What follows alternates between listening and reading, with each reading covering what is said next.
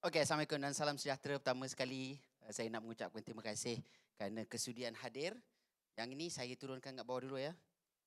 Tak nampaklah muka saya pada meja sebelah ni kan? Hai. Okey. Tiba-tiba saya rasa minoriti pada hari ini. Kerana saya dikelilingi oleh wanita-wanita yang hebat, usahawan-usahawan dan pemimpin-pemimpin NGO. Terima kasih lagi sekali. Jom kita kasih bunyi dulu. Sudi datang pada hari ini. Habislah patah meja kat SME Corp ni ya. Saya juga nak mengucapkan selamat datang kepada bos kita, Tuan Rizal Nainy. Terima kasih Tuan kerana sudi meluangkan masa bersama kami dan juga pegawai-pegawai kanan, pengurusan kanan SME Corp yang sudi bersama-sama dengan kami hari ini, dan majlis ini tidak lengkaplah kalau tidak dihadiri oleh puan-puan, cik-cik dan puan-puan yang hebat-hebat. Jom kita bagi bunyi juga untuk panelis-panelis saya pada hari ini. 3 usahawan hebat yang sudi datang untuk berkongsi, dan tujuan perkongsian mereka ada temanya. So izinkan saya bacakan sedikit temanya pada hari ini ya. Hari ini adalah sesi jaringan usahawan dan sirinya adalah Bila Wanita Berbicara. Tapi tajuk spesifiknya adalah Wanita Beraspirasi, Pencetus Inspirasi. So dua benda berbeza ke sama tu? Aspirasi dengan inspirasi. So apa yang kita nak tahu nanti kita akan dalami dengan 3 panelis yang datang. So 3 panelis ni akan mengupas beberapa elemen. Elemen pertama adalah mendigitalkan perniagaan. Dari penjual larut malam hingga ke pentas dunia. Siapa agaknya panelis kita begitu? Dia start di pasar malam.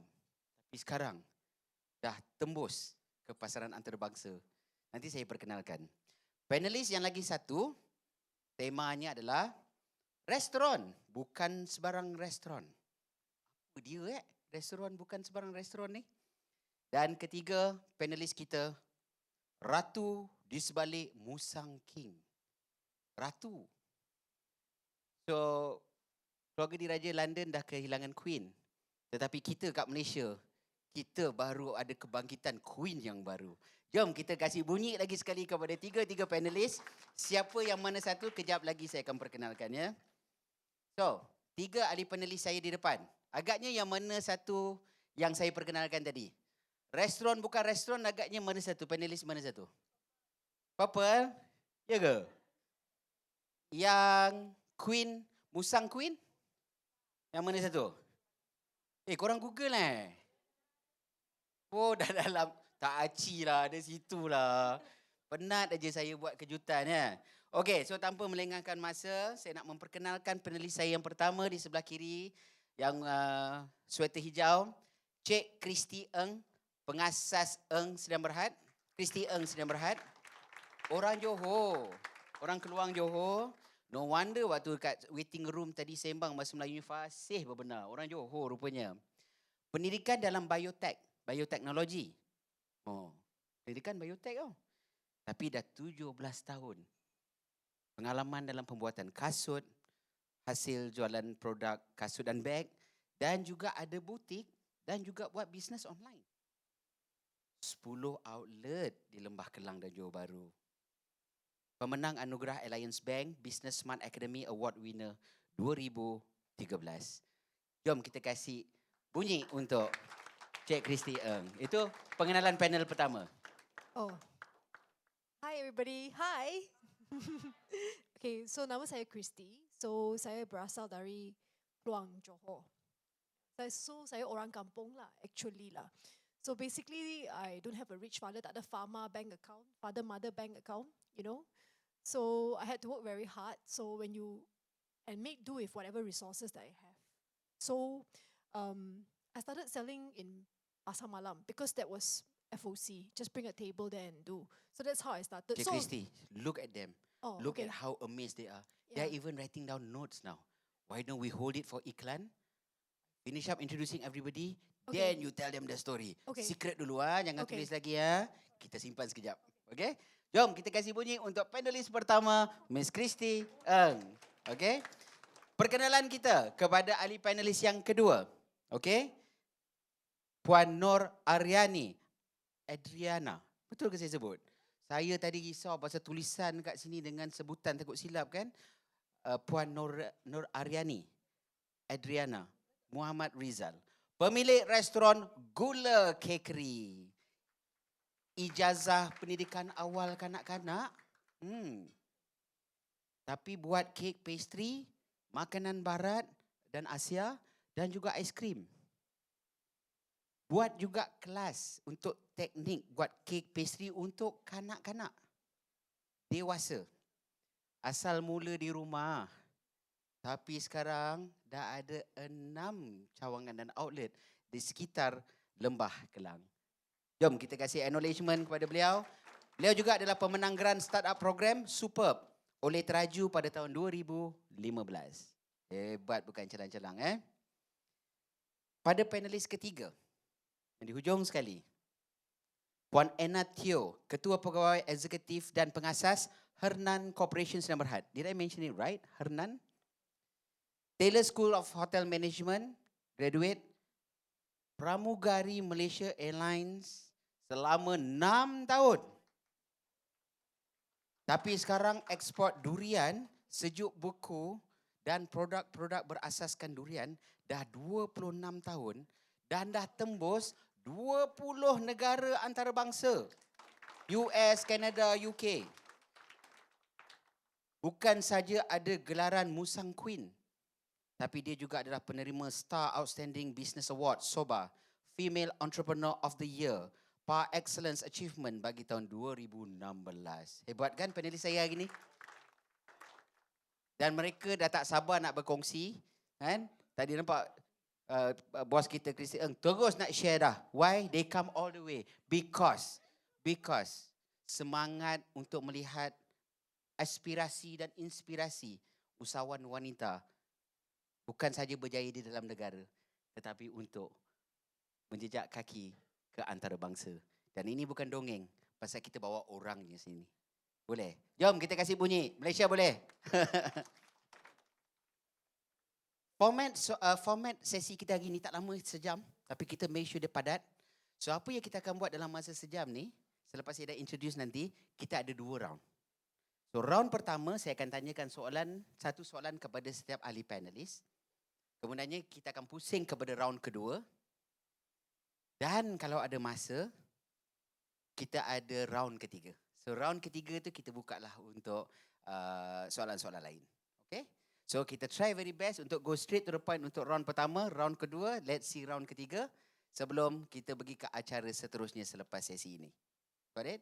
Tapi jangan risau, pasal kalau tak sempat tanya soalan pun, saya dah pujuk dah 3 ahli panelis. Saya kata today jangan pergi overseas. Today stay dekat Kuala Lumpur. Pasal SME Corp punya majlis adalah very important. Dan saya difahamkan lah, tak tahulah depan saya tidak, dia setuju untuk stay back lama sikit, boleh? Untuk mingle around and juga networking dengan usahawan-usahawan yang datang all the way. Boleh ke? Nampak dia dah janji Jom kita kasih bunyi sikit, diorang sanggup. Tak dibayar tau. Boleh? Okay. So, saya tanyakan dulu soalan round pertama kepada Miss Christy Ng. Sekarang kita, so stand by mic Asal jual kasut di Uptown. Kini pereka kasut dan pengeksport rekaan sendiri. Menembusi pasaran Amerika Syarikat, Europe. Dan ada yang mengatakan bahawa you are the next Jimmy Choo. Ataupun maybe dah sampai lebih daripada itu pun. Dengan jenama sendiri. Persoalan kat sini. Bukan background pereka fashion yang terkenal antarabangsa.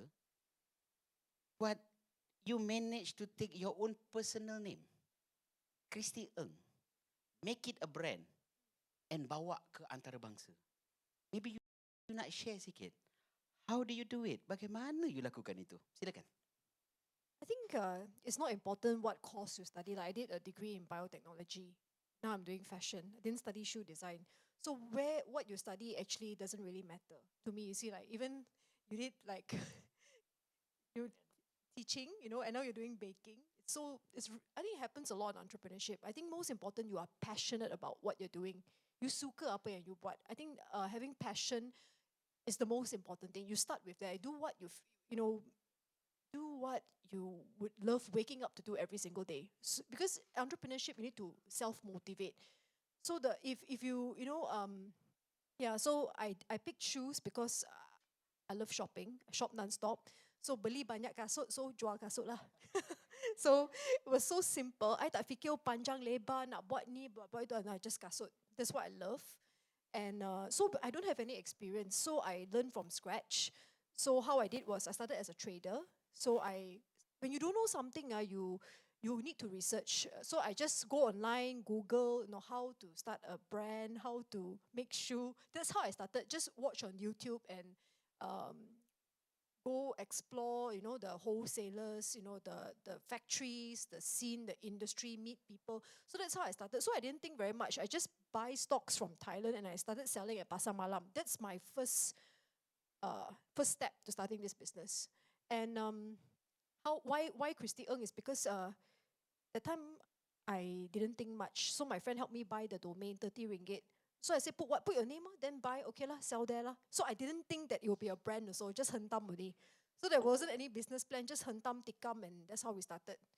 Sometimes you think too much, waste time one, in the end don't do. So just hentam, well, suka, just buat. And how we grew it until today, it's a lot of hard work, but also we got lucky along the way. I think you need a good story. I think when you are nobody like me, I'm a nobody in the fashion scene, and when you're starting out, no one knows you. You need a good story to tell people who you are. So I think our story is something very, very heartwarming that a lot of Malaysians love to read about. You come from a very poor family, you don't have financial backing, but you start from scratch. You start from Pasar Malam. So a lot of Malaysians, they see the authenticity and the realness in the story that in what I wanted to do and the products that I want to sell. So that's how we started. We told our story, and I think we're very lucky. We had a lot of press and media coverage during the early days. So I think that really helped us to grow from an unknown to a known. So the question is how we grow from an unknown to today, right? I think I got really lucky. Okay, so one day I bumped into a reporter from the Star newspaper in 2012. I didn't even know she was a newspaper reporter. I asked her to come my house and see shoes. So she came my house and see shoes, and then the next thing she was saying is, "Oh, I'll cover you in the Star." Then the next day I came out on the front cover. I also don't know how it happened. It happened so fast, hentam only. So I got lucky. So then later on, how we use a lot of social media, a lot of social media. The time Facebook was very hot. You post one picture, a few thousand people can see, but now the engagement has dropped a lot. So we use a lot. So we started off on Facebook, and then we moved to Instagram and also now TikTok. So we use a lot of social media to make our brand more known. And all these tools are free. You can always use it. Yeah, it's free. Anyone can use it. Yeah, and then I think I started off as a e-commerce seller because e-commerce is free. Because the time I got no money open shop, tak ada duit buka kedai. Jadi my friend bought a domain for me which cost 30 ringgit. So I just plug in and sell only. I didn't think much. Because when you have no money, you have no resource. Tak ada duit, you have to be very resourceful. So you just guna apa yang ada lo. So domain is 30 ringgit. Use your own name. Don't need to worry about copyright. Hentam only. And so e-commerce was free, and then I just started as an e-commerce seller. So I started to push all the traffic to my website using social media, and I got really lucky because that time everyone was on Facebook. So I think I was able to catch the trend of what's the next popular tool that you can use to market your brand. So it was Facebook, and then it was Instagram, and now it's TikTok. So we make sure we catch every wave of social media to engage with our audience. So all these are free. You don't have to spend money to do it. Of course, we also do some paid advertising, but that was only years later when we have money in it, we started to pay for advertising. In the early stage, just promote like mad lah. Whatever we can promote, we just post on Instagram. It was really that simple. And I think what really helped us a lot was retail presence. In year 2016, we opened our first store in One Utama. So that really was our our first brick and mortar store. So I think for retail, right, it has to be omni-channel. It cannot be only e-commerce. When you have a physical store, the brand presence is a whole new level. So we have offline and online. So when we did two in combination, we started to see the business growing even more. So after One Utama, we did very well. We started open all the malls, the grade A malls. When we get a good deal, we open. So currently we have 10 stores and one e-commerce. But our e-commerce, we have always been doing it since 2012 to 2006 to now lah. So 2016 we started with the retail store. So in combination, you see that the growth is even stronger.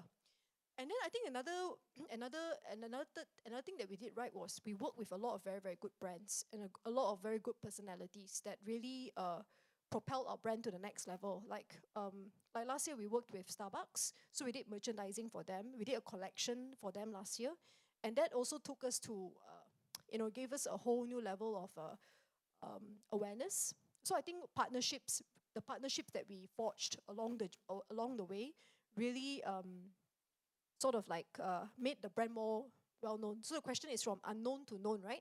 So use whatever free thing, social media, open retail shop to complement the e-commerce. And then after that, we work with a lot of brands, like Starbucks is one of them. We also work with DHL, and this one very surprising. At first we thought only Malaysia buy. Oh, we are wrong, whole world buying. So that really shot us to another level in terms of like our reach. So that suddenly people from, we've got orders from Germany every single day. So that's the kind of level that good partnerships will take you. So always look for the right partner to work with. No man is an island. So I think you get a few good partners, your journey shortcut, like you just shortcut your journey. I won't say shortcut, you speed up your growth trajectory like really, really fast. And we have a few more very huge brands coming in very soon. So and sort of that's how we build our brand. Right, thank you. Jom kita kasih bunyi. Mulai sekarang, mana saja ahli panelis share something yang you rasa tersentuh, teraspirasi dan terinspirasi dengan segera. Boleh? Jom kita testing. 1, 2, go. Again, 1, 2, go. So boleh? Mana-mana ahli panelis tengah dia cakap, I tahu tadi ramai nak tepuk, boleh tepuk, tak boleh tepuk. Tutup meja je. Alright? Dia orang akan rasa macam they are not alone inside the room dan dia tahu bahawa you sedang terinspirasi dan teraspirasi. Boleh? Thank you. So, recap. Pertama sekali, passion. Kedua, buat research bisnes apa nak buat walaupun tak pernah buat. Research. Ketiga, one thing leads to another. Katakanlah Miss Christy itu sombong dengan kawan yang sepatutnya wartawan tu. You didn't know that she was a wartawan. You wouldn't get that first exposure kat depan kan. But you were being nice to everybody. So be nice to everybody. You do not know who's that person. Okay. Next. Di sebalik setiap bisnes mesti ada story. Tapi janganlah bohong story tu. Biarlah betul-betul punya story. Okay. What's your story? Kemudiannya guna resources sumber yang ada. Yang free. Social media dan sebagainya. Betul? Dan last sekali kolaborasi dengan partner-partner. Bisnes bukan tentang sorang-sorang. Did I recap you right? Jom kita kasih bunyi lagi sekali untuk Miss Christy Ng round pertama. Jom, nak dengar mana? Nak dengar kafe dulu ke nak dengar Musang Queen dulu? Okey, kafe. Ramai orang F&B ni Puan. Okey, Puan Ariani. You memiliki ijazah pendidikan awal kanak-kanak. Tiba-tiba buka kafe, dia dah okey dah tu. Pembelajaran benda lain. Tiba-tiba masuk bidang lain. Daripada home base, pergi buka pula commercially sampai 6 outlet. Bukan 1 pula tu, 6. Lepas tu buat bisnes pula, okay, untuk fokus kepada mesra kanak-kanak. Mesra kanak-kanak. Yang tu saya dengar ada cerita yang menarik nanti. Cerita sikit kenapa, apa maksud mesra kanak-kanak tu. Okay, geramnya pasal kerana pengalaman you sendiri, you create something kan. Nanti ramai nak dengar tu. So, soalan saya, apakah cabaran masuk ke bidang yang bukan background you? Kemudiannya Puan Ariana buka bisnes tu bersama family pula tu. Kan? Tapi tak apa family, we talk about round 2. First kali, let's talk pasal daripada bidang tu masuk kafe dan why you did what you did. You fokus kepada kanak-kanak, kemudiannya you nak mengajar pula lagi. Menjaga makan aja lah. Kenapa siap nak mengajar lagi? Kan? What's the story? Behind your perjuangan. Silakan. Assalamualaikum semua. Nama saya Ariani. Saya dari Gula Cakery. Kalau kita nak cakap pasal cabaran, Saya bermula sebenarnya daripada umur saya 20 tahun. Sewaktu saya membuat kek di rumah, saya belajar lagi. Saya ada ijazah di pengasuhan awal kanak-kanak. Dari situ saya memang minat untuk mengajar kanak-kanak. Waktu tu kita tak kahwin lagi kan. So mana-mana baby saya memang suka. Lepas tu saya memang suka memasak daripada umur saya kecil lagi. Daripada 5 tahun saya dah memasak dengan nenek saya. Nenek saya sekarang umur 87. Saya masih lagi bersama nenek saya. Nenek saya masih kita call hari-hari. Lepas tu nak kata cabaran dia semestinya bila kita menjual makanan. So kita cakap kalau kita jual kasut cabaran dia berbeza. Tapi bila kita cakap makanan, semua orang suka makan. Saya tahu semua orang suka makan, kita perlukan makanan hari-hari. Tapi yang nak membezakan makanan kita tu, kita kena ambil cita rasa 80% orang kata rakyat Malaysia suka makan apa. Jadi bila saya memilih pencuci mulut, bila dia ialah kedai kek sewaktu tu, saya tahu semua orang kalau kita keluar dengan kawan-kawan, kita mesti makan kek. Kita ada benda yang manis, kita suka kalau kita tengah stres, kita cari benda yang manis. Kadang-kadang kalau kita makan masam hari-hari, macam tak sedap pula kan? So kita nak benda-benda yang manis. So daripada situ, sewaktu saya membuat kek di rumah, saya belajar lagi. Saya join satu kelas ni membuat kek iaitu di Malaysian Institute of Baking. So ini saya pergi kepada cerita saya. So dari situ saya membawa brownie saya ke sana, jadi tiba semua kakak-kakak kat sana cakap, kenapa brownie itu sedap sangat? Saya nak belajar. Dia nak saya ajar. So saya kata, saya nak ajar? Takutnya. Tapi saya kata, okey, saya bawa yang kakak-kakak tu datang rumah saya dengan mak saya. Saya ajar orang buat brownies tu. Saya charge satu orang RM50. Lepas tu saya dapat RM1,000. Waktu tu saya seronok sangat. Lepas dah RM1,000, saya cakap, kalau buat RM2,000 ni mesti best. Jadi lepas tu saya cakap, okey, sambil saya belajar tu, saya buat kelas. Lepas tu bila saya dah berada dalam industri selama 3 tahun, cabarannya saya fikir makin lama makin ramai orang membuat kek di rumah. Jadi macam mana kita nak keluarkan diri kita daripada comfort zone kita, iaitu bila kita menjual kat rumah, yelah kita dapat orders. Lama saya sampai tak tidur malam. Saya kalau buat kek daripada 10 pagi sampai 10 malam ke 3 pagi, saya pergi 7-Eleven cari telur, saya pergi ke kedai Speed Mart cari beli coklat. Macam-macam saya buat masa kat rumah saya, masa saya dengan ibu saya.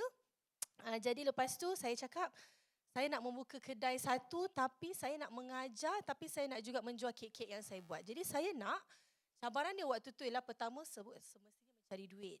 So waktu saya mengajar tu saya simpan duit saya. So saya ada RM120,000 saya simpan selama 3 tahun. Saya simpan, saya cakap saya akan buka kedai. Tapi waktu tu saya tahu duit saya tak cukup nak buka kedai. Jadi saya borak dengan mak saya borak dengan nenek saya, ayah saya semua. Waktu tu alhamdulillah diorang nak tolong. So diorang kata, okey tak apa Nani, buka kedai tu, kita try. So saya cari kedai yang berdekatan dengan rumah saya waktu tu di Kota Kemuning Shah Alam. Saya cari kedai yang bersih. Jadi cabaran dia pertama saya memerlukan RM300,000. So saya tak tahu nak buat apa, nak cari duit yang banyak tu. Saya cakap ke ayah saya nak pinjam duit ayah saya dan saya akan bayar balik dalam masa 2 tahun. Lepas tu saya carikan grant. So sewaktu nak membuka kedai tu, cabaran dia ialah kalau dah buka kedai, tiba saya dah tak ada duit, nanti macam saya nak hidup pula kan. Jadi saya mencari grant, waktu tu saya buka, saya nampak ada grant daripada Superb Teraju. Grant tu adalah yang entrepreneurs yang kurang daripada 3 tahun yang boleh join untuk pitchkan idea. Dia macam Shark Tank yang kita bagi tahu cerita kita, macam mana kita nak menang duit tu. Dan alhamdulillah, saya salah seorang pemenang yang berjaya mendapat RM500,000 daripada Superb Teraju waktu tu. Dari situ sebenarnya saya menjualkan idea saya bahawa bila saya mengajar kanak-kanak membuat kek, saya memang suka kanak-kanak dan saya tahu bila kanak-kanak membuat kek itu adalah satu untuk express diri mereka. Dari segi kognitif, dari segi mainan. Sekarang budak-budak kan memang suka membuat sesuatu yang nampak cantik.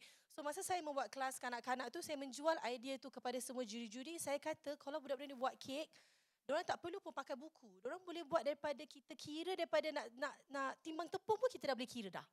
So daripada situ cabaran dia bila saya dapat duit tu, tapi cabaran dia duit tu bukan terus dapat masuk dalam akaun. Kita kena ada business plan. Ya Allah, nak keluarkan business plan tu ialah salah satu lagi pening yang saya kena buat, iaitu kita kena tahu kelemahan kita, kelebihan kita, siapa, kat mana, apa kita punya competitors kita siapa. So itulah salah satu lagi cabaran dia lah. Satu lagi ialah mencari orang. So saya rasa cabaran yang paling besar saya hadapi adalah untuk mengenali orang dan menjaga orang-orang di bawah kita. So waktu tu umur saya 24 tahun. Jadi kita pun, hati kita panas, semua pun ialah bila kita ada pekerja umur 24, sama pula tu umur, masing-masing lah gaduh tumbuk-tumbuk kat dapur buat kek. So daripada situ saya cakap saya cari pekerja. Jadi saya nak handle pekerja tu ialah sangat-sangat susah. To be honest, saya memang tak pandai waktu tu. Saya cuma tahu buat untuk diri saya. Jadi bila kita nak mengenali orang tu adalah salah satu cabaran yang sangat besar. Sebab nak kenal diri kita sendiri pun susah.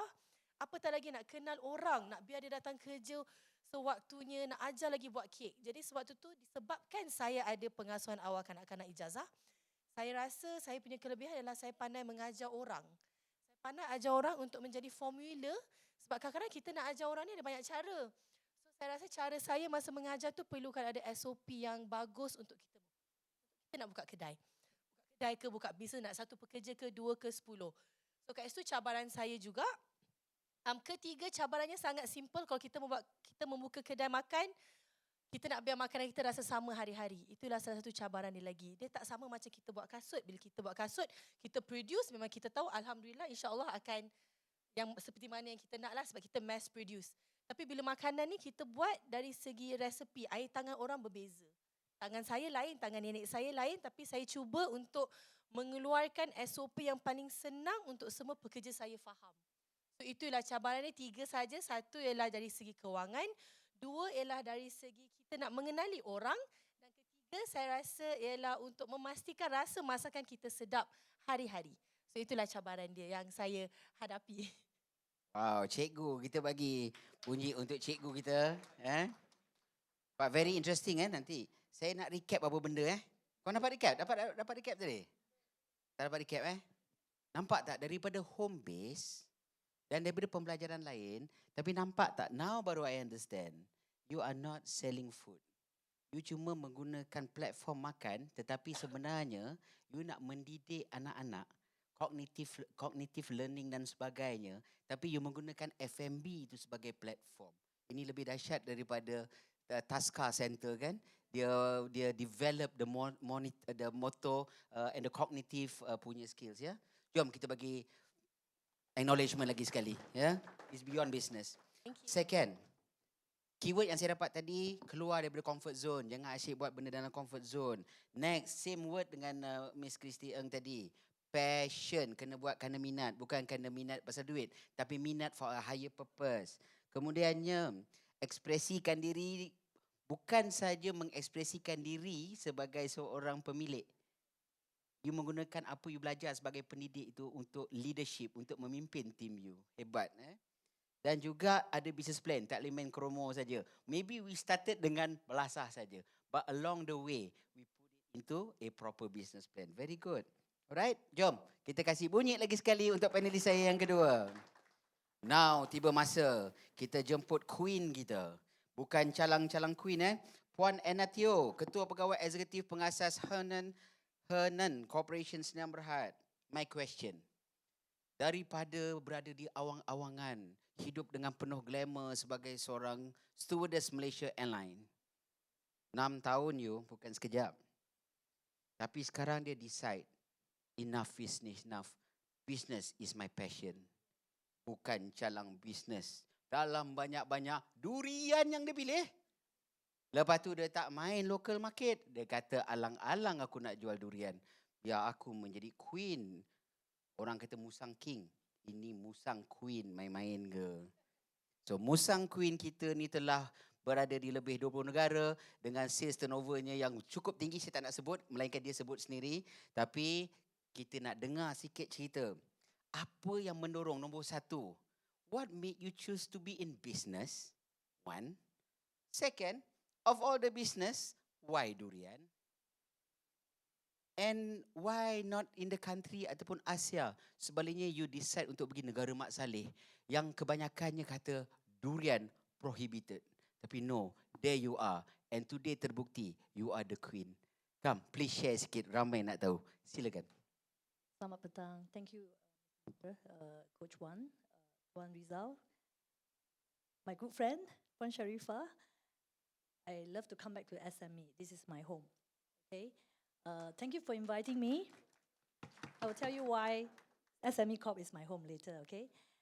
Sebab I tak tahu macam mana nak buat kuih. I don't know how to make cake, and I'm not a fashion person like Christy. So I buatlah barang yang orang tak nak buat. This is what we call blue ocean. I have a colleague in airline sitting behind here. She's my colleague here, I cannot lie. She flew with me many years. You know, I struggle in the airline. I don't like flying. I really don't like. Same, right? When you go to Hong Kong, your flight at 9 o'clock, 3 o'clock we wake up, 4 o'clock we put on makeup, and I cry. Why am I here putting on makeup at middle of the night? Everybody is sleeping, snoring, and I'm doing makeup. And each time I put in my makeup, I cry. My tears drop. Because you know why? The van is coming. 15 minutes before the time, I must be out. If I'm late, the abang driver will scold. You know, stressed, right? Yes. And each time briefing, I'm very stressed because I'm junior. Anyway, I graduate from hotel management. I try to work in hospitality industry, which is part of what I want to do. But, you know, being teenage, you're always not satisfied. So from hotel, I go to airline, you know, so glamour, but actually it's not glamour. Ah. Not glamour at all, right? And I'm not the blue-eyed girl where I always get Dhaka, Bangla, what Dhaka, where what? Madras. Yeah, these are not blue-eyed girl, you know. Those are blue-eyed girl, they go where? Honolulu. Where else?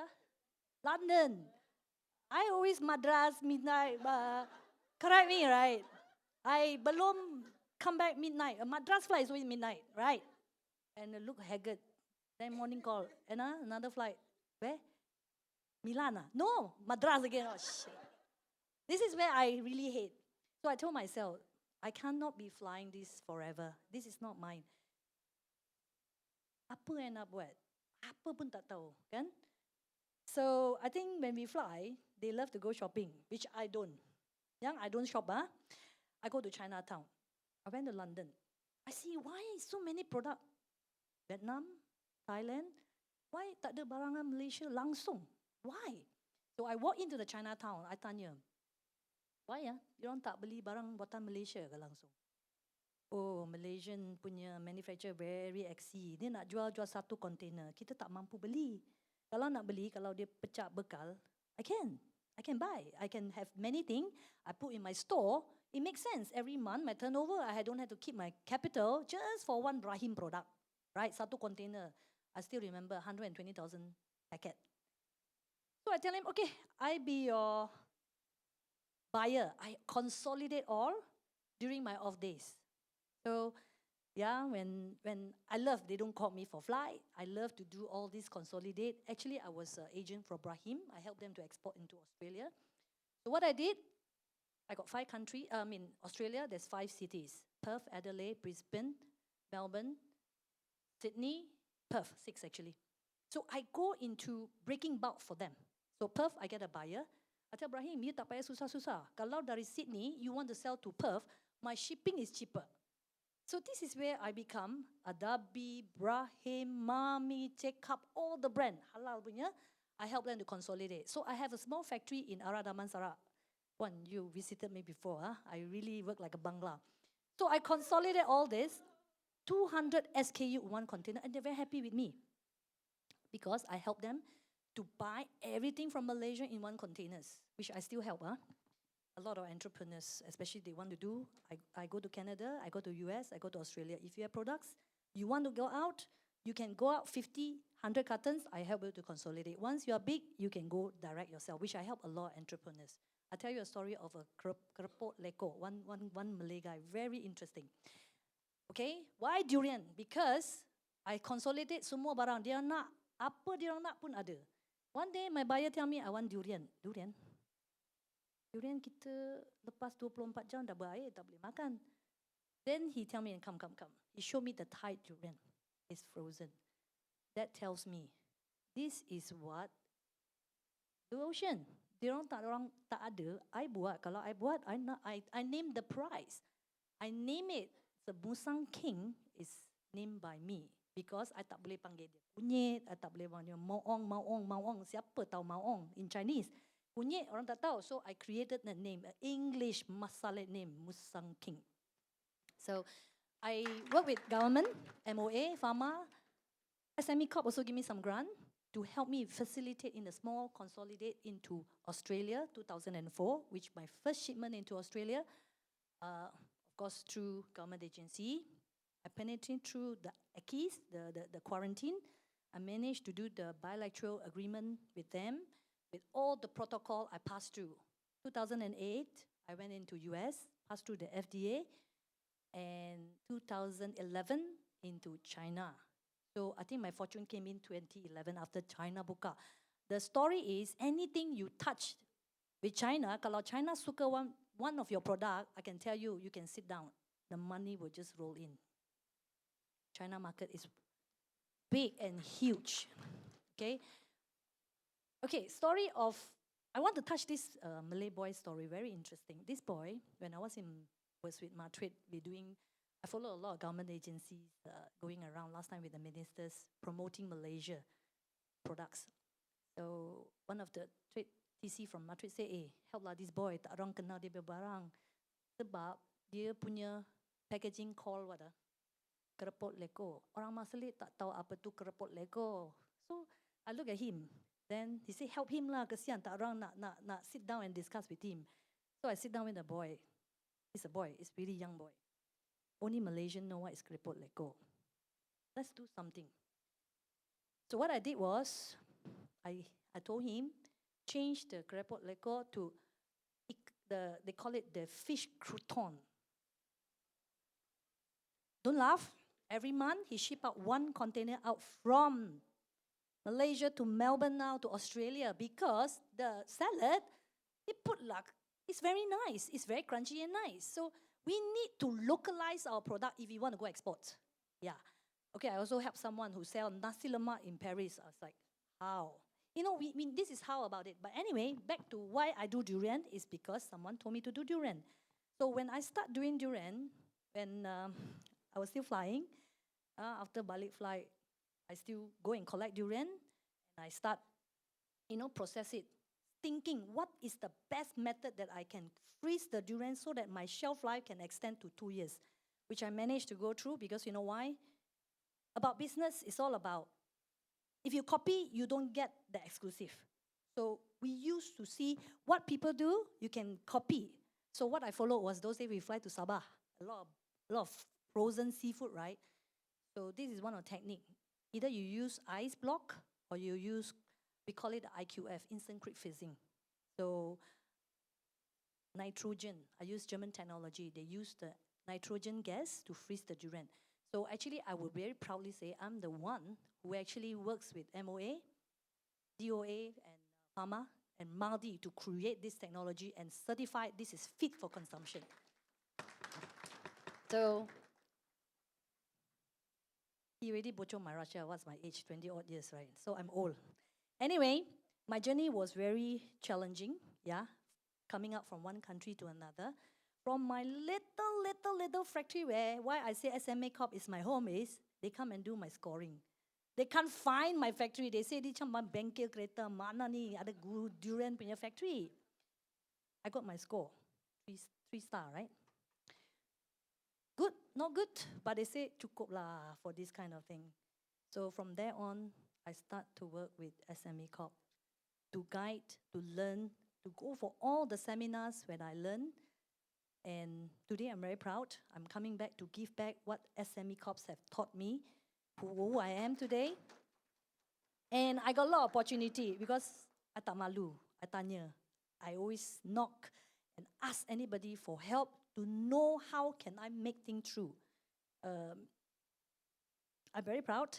My mentor now is Dato Hafsa, which is the ex-CEO. One day she called me, Anna, I want you to be my mentor. Why me? I asked her because she says she has been noticing me of my passionate, my resilient. The resilience means in English is someone that will never give up. Yes, I fall hard. I pick up myself. I run fast. I'm very proud that I got a PE, private equity, who invested me 400 million into my company. I was very lucky that who is the first person who read this first news? 12:30 midnight, Dato Hafsa texts me, "Hey girls, you make me proud. You managed to tipu masale to buy in your company." Yes, my PE is quite low. It's a UK guy. What we do, we have to believe in ourselves. I've never taught myself from darling, coffee, tea, chicken with noodle. Chicken with noodle or fish with rice. I still remember this is what I do. But today, I'm talking to the corporate world. I'm talking to the biggest banker. You have to believe in yourself and always believe what you do now is worth for you to go forward. Never think low of yourself. Dream really come true. I'm telling you, even sometimes I wake up on myself, I got to meet this so and so. Who am I? Actually, I was just a stewardess. I'm nobody. Why? Possible. Things will never say no, but one day you will realize when you wake up, you are someone different. Today, I'm dealing with millions and millions and dollars, which I never thought. Right? Those days when we make 50 ringgit, we're very happy. I'm very proud of all what I have done. It's all about passion. That's why I want you ladies to believe in yourself. You must believe in yourself. You are not just who you are today. You are beyond. Just have to think that. If you really want to know my figures, I closed 150 million last year. Thank you. Thank you. So if I may recap, daripada kita punya Musang Queen yang telah membrandingkan Musang King rupanya, saya rasa very honoured mendengar rupanya is a Musang Queen who created Musang King, not the other way round kan. Jom kita bagi tepukan dulu kepada semua wanita yang aspirasi dan inspirasi. So recap apa yang saya dapat. Number one, passion. So kalau you perasan, tiga-tiga adik panelis bercakap tentang passion. Bukan passion, kesabaran. Passion, minat yang amat mendalam. And it must be beyond money. That is the true passion. Second, consolidate. Sama macam tadi. Manage whatever resources you have. Consolidate. Okay, ketiganya, dia ambil peluang pecah pukal. Tak tamak. Orang lain cuba nak hantar berkontena. But finally tak dapat tembus. You pecah pukal. Tapi sekarang dapat tembus. Start small. It's okay. Alright? But think big. Okay? Next. Same thing macam tiga-tiga ahli panel. Buat benda berjemaah. Maksudnya, do things together. This is not about your brand lawan my brand, your company lawan my company. Work together. Finally, she did not only jaga one brand. She took a few brands before finally the moment of truth came. The durian came one of the order, and finally that was actually your call. If you didn't do it and you say there's a stupid order, I think you will not be where you are today. You may still be supplying the spices, got it? Honest. So one thing leads to another. Okay, kemudiannya durian buah tradisi, tapi dia telah menggunakan teknologi IQF tadi itu. What's it called again? IQF? Instant Quick Freezing. Nanti Google So nampak tak? Banyak benda seperti durian kita, tapi gunakan teknologi baru untuk menembus pasaran antarabangsa. Got it? It's all pasal persepsi. Fikir tentang durian, tapi she changed the perception. Finally, jadi queen. Dan paling power sekali dan saya rasa paling teruja is about helping others. It's about helping others. It's about helping others. Helping others ni lah sebenarnya yang memudahkan urusan kita to go to the next level. Asyik-asyik fikir diri kita sendiri je, betul tak? Siapa setuju? So itu recap saya untuk round pertama. Jom kita ke arah round kedua. Kita jemput lagi sekali Miss Christy Ng. Waktu pandemik, you had boutique, you had online. Waktu orang tengah kelang kabut transform, digitalization, at that moment, what were you thinking? Should you or should you not? And finally, you did. Tell us why you chose going online on doing something. And what are apakah you punya persiapan, perubahan yang you kena buat untuk mendigitalkan your business? Silakan, you want to share? Why do you choose to digitalize? And what was your challenges? And what do you do to overcome sewaktu nak digitalkan the business? Okay, I started as an e-commerce store waktu 2012 sebab tak ada duit. Because brick and mortar mahal lah to open a shop, like, you 300,000. It's not easy to get that kind of money. So e-commerce is a lot cheap. It's cheap lah. It's almost, but it's not free. Yeah, it's still got costs, but it's cheaper than having a physical store. And it's a store that opens 24 hours, 7 days a week. And actually, when I started and now, right, now it's a lot easier to do compared to before. Because when I started, there was nothing. I have to get an open source kind of shopping cart and build it myself. But now we have so many amazing tools available that you can just plug and play. Like, I'm using Shopify, and it's so easy. You just pay a monthly subscription, like $50 you can get it already, or even lesser. I forgot the fees, but there are tier pricings, and like $50 you can own like one of the best kind of like e-commerce shopping technologies in the world. You don't even need to have a team of developers. During my time, I have to go look for software house to build for me and everything. Now it's very easy. Okay, so why do I switch to digital? I was always digital from 2012 because I couldn't afford a shop. Maybe that's a blessing in disguise. And then in 2020, pandemic hit. So the first thing I do is mati lah. The kedai, the sewa in all the shopping mall is very, very mahal. So what I do is tulis surat lah, surat rayuan, tolong, give me rental discount. Then every day rayu, nangis, like very sad like that. then the landlord all kasihan me and then give me discount lah. So I think business is about, win-win situation. You need to have a very good relationship with your landlord, your suppliers, the people around you. Your landlord need to support you, and you also need to support your landlord. So I managed to weather that whole pandemic, shut down, open until gila, because we have very, very strong relationship with our landlords who are very nice. They actually help us a lot. Maybe they see me SME, then they're like, okay lah, tutup mata. I think the multinational, they will sure charge lah. So I think it's not a bad thing to be a small company. Sometimes because government gave a lot of tax relief for them also if they extend the discount to the SMEs.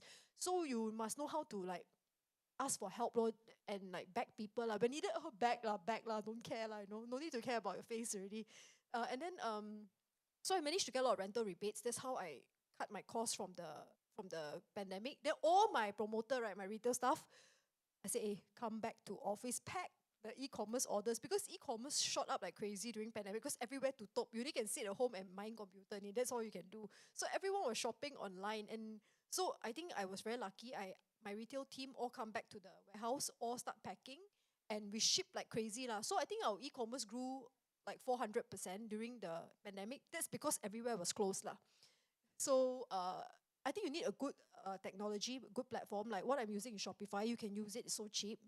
And as you scale, as like mine is an enterprise size now, they will charge you accordingly lah, according to your size.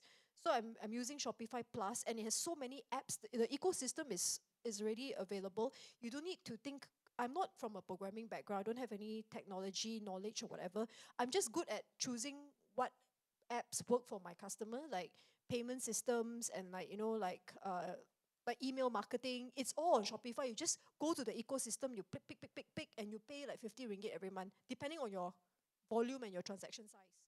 So that's how I digitalize my business. I think you need to use a good platform, because it's not that they're not, unfortunately, for my field, shopping cart, right, there's only one or two very good ones. The rest all nowhere close. So you need to choose the right technology, and it comes with a lot of supporting apps and everything. So I don't have to develop it myself. I ride with the big boys who always build the best stuff. And that's how I keep it. And then the next question was what? How I tahan during pandemic. Yeah, how you tahan is one, but what do you need to, apa commitment yang you kena buat? What was your cost involved? Is there a lot of, banyak tak perubahan yang you kena buat to adapt technology? Actually, no, it's very cheap. Actually adapting technology, there is an expensive way and a cheap way. The good software, it's all pay by subscription every month. You don't have to like gonna lock up by some software house and tell you have to upfront how much. This one all tak boleh pakai one. You go for those that you can test, like subscription model every month. Because you're not happy, you can cut anytime. You're not like they don't hold you, ransom, So I used to hire a developer last time, and then when I wanted to change, he said, I cannot release to you all the source codes, all these things. Now, no such thing already, guys. Just pay by subscription, SAS. Not happy, you can change 10 times in a year, so no one will stop you. So now everything is cloud-based and all subscription. So go for that kind of software. It's cheaper and easier to. And even your staff don't know how to use, right? No need training. You just look at the YouTube video, you can do already. Thank you so much. Okay, jom kita kasih lagi sekali acknowledgement pada panelis saya. Learning point yang kita dapat apa tadi? Nombor 1, ada banyak insentif kerajaan kalau kita layak. So jangan rasa bahawa kita company kecil ataupun kita company tempatan, kita disadvantage. Dalam situasi tertentu sebenarnya being a local company, being PKS, kadang-kadang ada insentif yang orang lain tak dapat. So be proud whatever you are.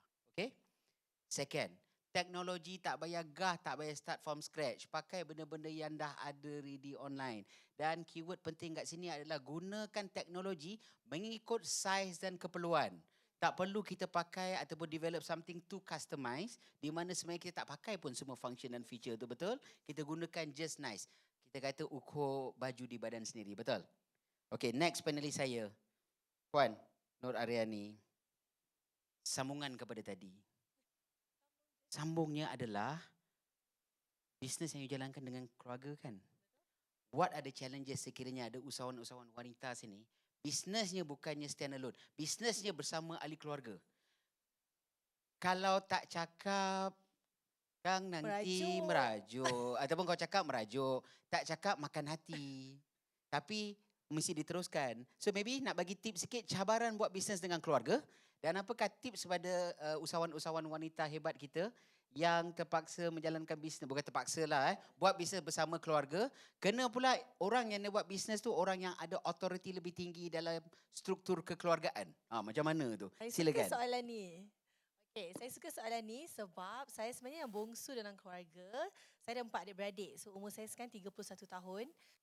So saya yang paling bongsu. Lepas tu kalau cakap pasal kekeluargaan ni, saya suka sebab I'm a very seorang yang family oriented person.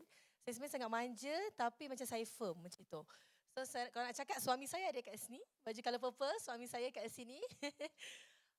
So kalau nak cakap pasal berkeluarga betul sebab saya... Puan, dia baru nak jangan tunjuk aku. Jangan tunjuk aku. Wah, dia tunjuk lelaki dia. Dia dah pakai topeng, dia dah tarik sampai nak tutup mata dah. Silakan. Kalau kita nak cakap pasal keluarga betul. Sebenarnya dia ada pros and cons dia lah. Dia ada kelebihan dia, ada kekurangan dia. Semestinya sebab bila kita membuat dengan keluarga, dia macam bila kita gaduh ke apa ke, yelah sebenarnya kita merajuk, sebenarnya kita kilan, kita nangis, kita happy kan. Tapi yang paling seronok tu sebenarnya sebab bila kita dalam ikatan kekeluargaan ni, dia lebih senang untuk berbicara. Kadang-kadang bila kita buat dengan orang luar, dia ada banyak SOP dia kan. SOP dia apa kalau dengan orang kat luar ni, we have to have a protocol, how we want to communicate. Kita takut nak tulis pun kita takut kan, nak kena buat email dan sebagainya. Tapi dengan keluarga, saya rasa kita akan guna kelebihan masing-masing. Jadi waktu saya dengan keluarga saya, dengan mak saya rasa sebab saya sangat rapat dengan mak saya suka masak, saya suka masak. Kakak saya pandai accounting, jadi dia buat accounts untuk my company. My sister pandai buat accounts. Jadi suami saya pula, sebab dia sayang saya. Jadi bila kita sama-sama share, saya suka masak untuk suami saya hari-hari. Lepas tu dia pun suka makan, saya pun suka, abang saya suka design. Jadi kat situ pun saya gunakan kelebihan abang saya untuk pandai design. And saya banyak sebenarnya student-student saya juga yang buat bisnes bersama suami dia orang. Suami dia akan hantar kek, isteri dia buat kek tu. Suami dia hantar. Jadi dari situ sebenarnya kita gunakan kelebihan dia lah sebabkan kita kenal antara satu sama lain. Lebih senang untuk kita nak memahami dia orang. Sebab tadi cabaran kita ialah memahami orang. Jadi bila kita buat bersama keluarga, kita adalah kelebihan tu sebab kita dah kenal orang tu. Jadi senang untuk kita berborak, berbicara, nak apa-apa masalah pun kita senang kita nak solvekan. Cuma macam kita katalah dari segi authority, saya ada ayah saya juga. He's in the airlines actually. My dad dengan my mom, dia from Malaysian Airlines juga. And lepas tu my late uncle pun Malaysian Airlines juga. Diorang pun very particular pasal training. So saya gunakan kelebihan ibu bapa saya dan arwah uncle saya untuk mengajar pekerja-pekerja saya nak training. Kadang-kadang kita dekat restoran ni bukan sebab hantar makanan sedap je. Kita mestilah kena pandai bercakap dengan orang tu, nak menjual produk kita. Kadang-kadang kita tunjuk kek kita ni. Orang lain pun buat kek juga. Tapi apa specialnya kek? So dari situ kita belajar juga bila kita ada ikatan keluarga ni. Bila kita buat bersama-sama, kadang-kadang dia lagi, satu merapatkan lagi silaturahim. Kedua, kita dapat share knowledge kita yang sebenarnya bila kita bersama ibu bapa kita, diorang hidup lagi lama. Saya sedar daripada situ bila umur saya 31, saya sedar bahawa kadang-kadang ilmu saya sesuai untuk sekarang, teknologi. Mak ayah saya tak pandai teknologi, Instagram pun dia akan kerja dia like je gambar kek saya hari-hari dia like je. Dia kata, my job Nani is to just like your pictures. Whatever you post saya suka. Kerja dia sebelum dia tidur dia like. So kadang-kadang daripada situ kita belajar apa? Kita gunakan kelebihan dia yang dia dah lama dekat industri, yang dia tahu apa yang bagus, apa yang tak. Saya gunakan kelebihan saya dari segi kita memahamikan target market saya. Daripada situ saya gunakan, ilmu-ilmu daripada suami saya sebab dulu dia pun kerja kat kapal, dia tahu nak masak macam mana, nak guna bahan-bahan macam mana. Jadi daripada situ saya pula suka bercakap. So saya suka kanak-kanak. Jadi bila kita tahu kelebihan masing-masing, lebih senang untuk kita kerja bersama. Kadang-kadang orang kata kita suka kerja dengan orang luar. Tapi kan kalau kita ada gaduh nanti, terus dah keluar daripada bisnes tu. Kan? Jadi kalau kita dengan keluarga tak boleh keluar. Apa-apa pun besok kita jumpa, kita kena salam, kita kena minta maaf, kita kena teruskan dan membuat lebih terbaik. Jadi itulah kelebihan orang kata bila kita buat bisnes bersama keluarga lah. And saya rasa bila saya buat bisnes dengan keluarga saya, rezeki saya sangat luas. Saya tak tahu nak cakap macam mana, tapi saya dengan nenek saya, hari-hari nenek saya telefon saya, macam mana ni Nani, macam mana ni. Hari tu sebenarnya saya ada masuk pertandingan memasak. Saya baru je habis masuk pertandingan memasak sebenarnya untuk TV9. Saya baru je habis syuting tu, saya memasak bersama suami saya. Dia lah pertandingan memasak 2 orang. Suami, isteri ke, adik-beradik ke macam mana. Saya masuk pertandingan tu, so saya harap nanti bila dia keluar kat TV9, 3 November nanti saya nak semua orang tengok sebab saya rasa kat situ boleh tengok ikatan kekeluargaan bersama, cara kita masak macam mana. Masa tu juri-juri adalah Sheila Rusli, takut sangat, menangis-nangis. Saya hari-hari saya masak, kita ada chef adu waktu tu. Sangat seronok. Boleh tekan butang like tak tu? Tu ada juri awam punya markah ada, tak ada? Best sangat waktu memang sangat seronok. Saya buat syuting tu 5 hari untuk 8 episod. Sangat seronok untuk masak. Jadi saya rasa bila cakap pasal kekeluargaan ni, rezeki tu sangat luas. And dengan doa daripada ibu bapa, dengan nenek saya, dengan suami, dengan anak-anak, rezeki anak-anak semua. Saya rasa untuk saya kekeluargaan tu ialah sangat penting. Thank you. So telah menjawab soalan seterusnya, saya nak tanya macam mana dia kembangkan 6, tapi jawapan dia sebenarnya adalah keberkatan suami dan juga ahli keluarga. Tahniah Puan, kita doakan keberkatan ini terus mengalir. Ya, okey Puan, saya nak recap sikit apa yang saya dapat ya, untuk semua. Kadang-kadang kita buat bisnes dengan keluarga, kita anggap macam satu cabaran yang susah.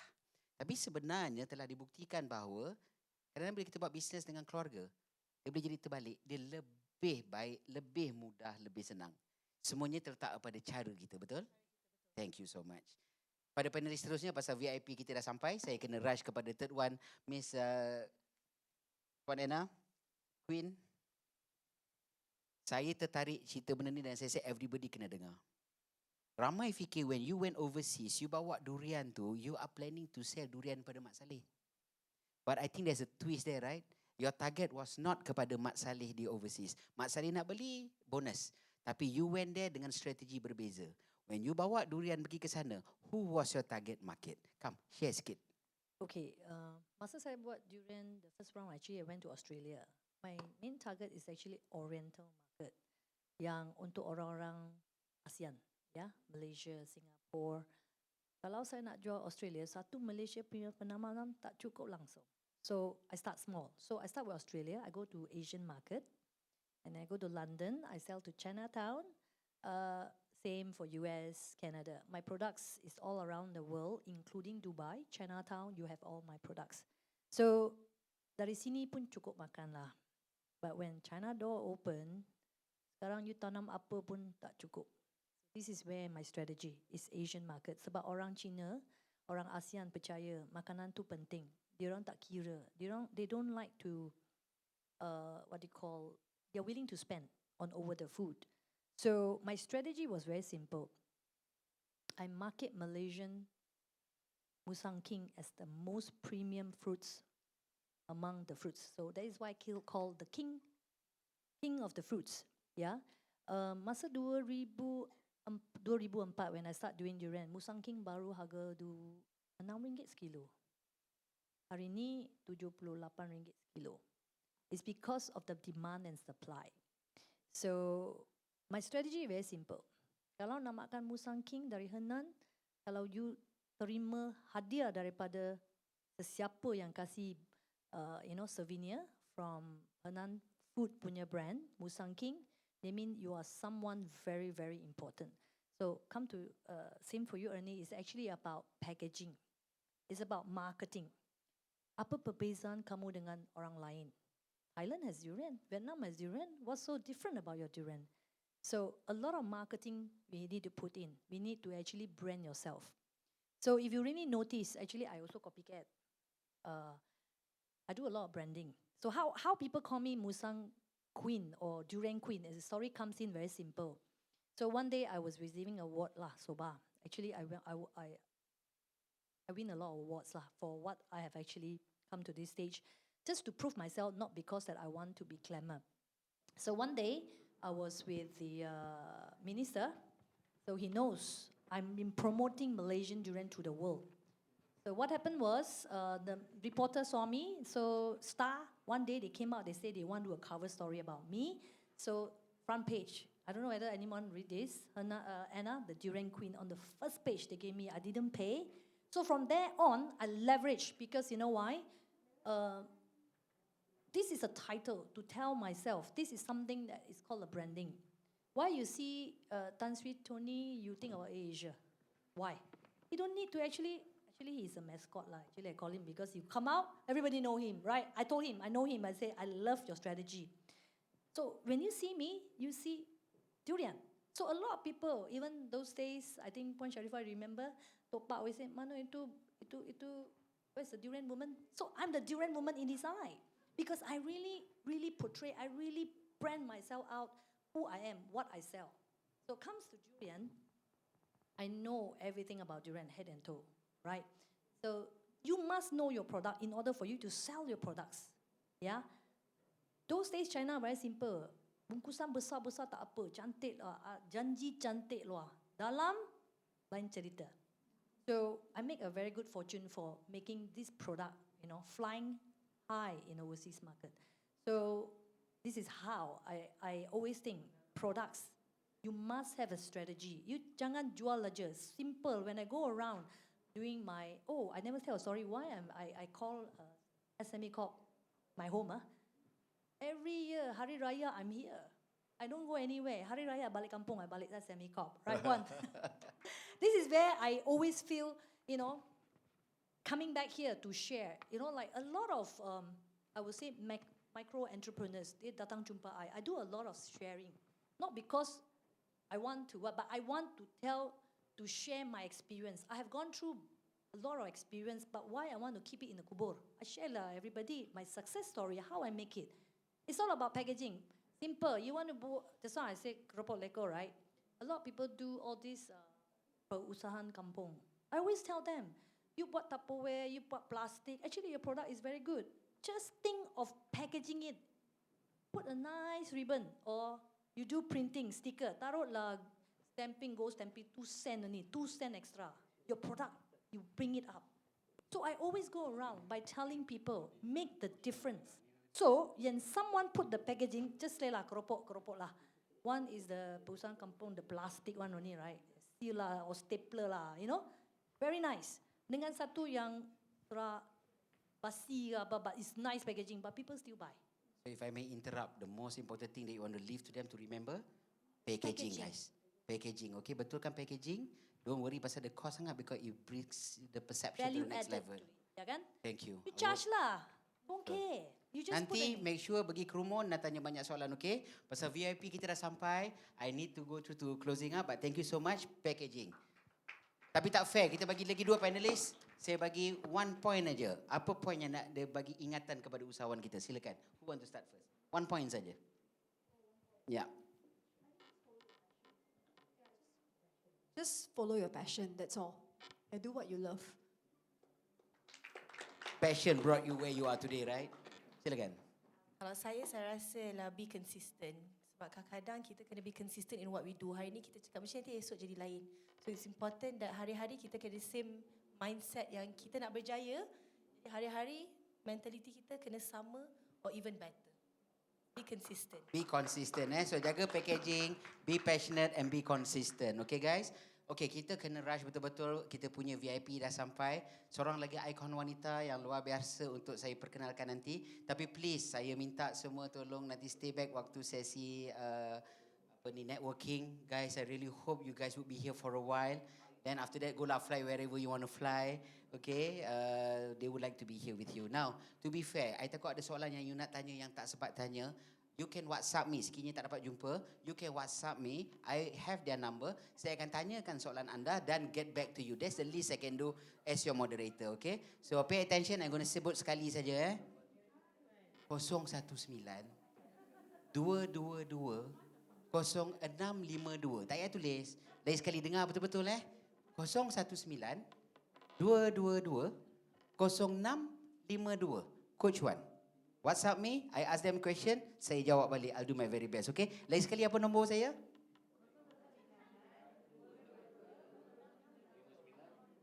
Terror kan? Memang terror. Saya dengan ini nak mengucapkan terima kasih kepada tuan-tuan dan puan-puan. Dengan itu, jom kita bagi tepukan kepada panelis-panelis saya. Bermula dengan Cik Christy Ng, Pengasas Christy Ng Sdn. Pada Puan Nur Adriana Muhammad Rizal, Pemilik Restoran Gula Cakery, dan juga Puan Anna Teo, Ketua Pegawai Eksekutif dan Pengasas Hernan Corporation Sdn. Tepukan dan bunyi hebat kepada tiga panelis saya. Saya dengan ini nak menyerahkan balik kepada majlis pengacara. Pada pengacara, kita tunggu sekejap. Mungkin nak ambil gambar kot. So saya minta maaf dah terlajak masa ni. Saya tamat dengan, saya sudahi dengan wabillahi taufiq wal hidayah. Wassalamualaikum warahmatullahi wabarakatuh. Waalaikumsalam.